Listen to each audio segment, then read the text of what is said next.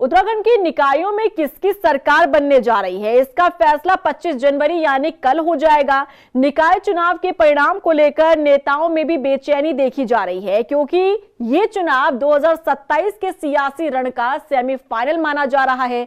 निकाय चुनाव में आने वाले परिणाम से धामी सरकार के कई मंत्रियों की प्रतिष्ठा जुड़ी हुई है। देखिए रिपोर्ट। कैसा होगा निकाय चुनाव का परिणाम? धामी सरकार के कई मंत्रियों का इम्तिहान। 2027 से पहले सेमीफाइनल में कौन होगा पास? सियासी दलों को अपनी जीत की आस। उत्तराखंड निकाय चुनाव का परिणाम कैसा होगा, इसकी तस्वीर कल साफ हो जाएगी। 25 जनवरी को नतीजे सामने आएंगे और इसी के साथ ये भी तय हो जाएगा कि चुनावी रण में उतरे प्रत्याशियों का आगे सियासी भविष्य क्या होने वाला है। निकाय चुनाव में भले ही प्रत्याशियों की किस्मत दांव पर लगी हो, लेकिन इसी के साथ साथ धामी सरकार के कई मंत्रियों की भी प्रतिष्ठा दांव पर लगी है।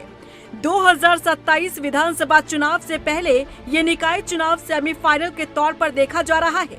जहां एक और प्रत्याशियों में परिणाम को लेकर बेचैनी नजर आ रही है, तो वहीं मंत्रियों की भी धड़कन बढ़ी हुई है। दरअसल चुनाव के नतीजे कई नेताओं का भविष्य तय करेंगे। पार्टी प्रत्याशी चुनावी मैदान में कितने वोट हासिल करते हैं, उससे माननीयों की लोगों के बीच पकड़ को परखा जाएगा और यहीं से तय होगा नेताओं का सियासी भविष्य। फिलहाल सियासी गलियारों में कल आने वाले परिणाम को लेकर खूब चर्चा हो रही है। जीत हार का अनुमान लगाया जा रहा है। सीएम धामी ने जहां निकाय चुनाव में खुद चुनाव अभियान का नेतृत्व किया, तो वहीं धामी कैबिनेट के 6 मंत्रियों की प्रतिष्ठा सीधे दांव पर लगी है। बैलेट बॉक्स से निकलने वाला परिणाम इन मंत्रियों के राजनीतिक कद के लिहाज से काफी महत्वपूर्ण रहने वाला है। खास तौर पर बात ऋषिकेश नगर निगम और श्रीनगर नगर निगम की करें तो इन दोनों सीटों पर सबकी निगाहें टिकी है। ऋषिकेश से बीजेपी के मेयर प्रत्याशी शंभू पासवान के लिए स्थानीय विधायक और कैबिनेट मंत्री प्रेमचंद अग्रवाल ने खूब जोर लगाया।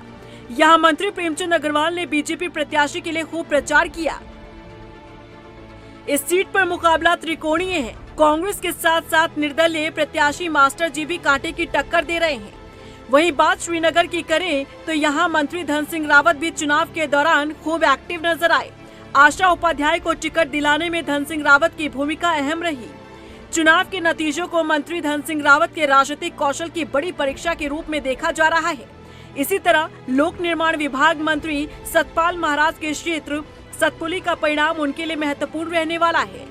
वन मंत्री और नरेंद्र नगर से विधायक सुबोध उनियाल के लिए भी कल का परिणाम खास रहने वाला है। ढालवाला नगर पालिका पर सुबोध उनियाल का शुरू से ही फोकस रहा है। वहीं मसूरी विधायक और सैनिक कल्याण मंत्री गणेश जोशी के क्षेत्र में मसूरी नगर पालिका का चुनाव भी काफी प्रतिष्ठापूर्ण हो चुका है। सितारगंज विधायक और पशुपालन मंत्री सौरभ बहुगुणा पर उनके क्षेत्र की सितारगंज नगर पालिका की जिम्मेदारी है। ये वो मंत्री हैं जिनकी प्रतिष्ठा दांव पर लगी है, क्योंकि निकाय चुनाव में बीजेपी प्रत्याशियों के लिए ये काफी एक्टिव नजर आए। तो वहीं लोगों के बीच लोकप्रियता का अंदाजा भी इस चुनाव परिणाम से साफ हो जाएगा। फिलहाल देखना होगा कि 2027 से पहले इस सेमीफाइनल में आखिर कौन बाजी मारता है। रफ्तार मीडिया के लिए देहरादून से ब्यूरो रिपोर्ट।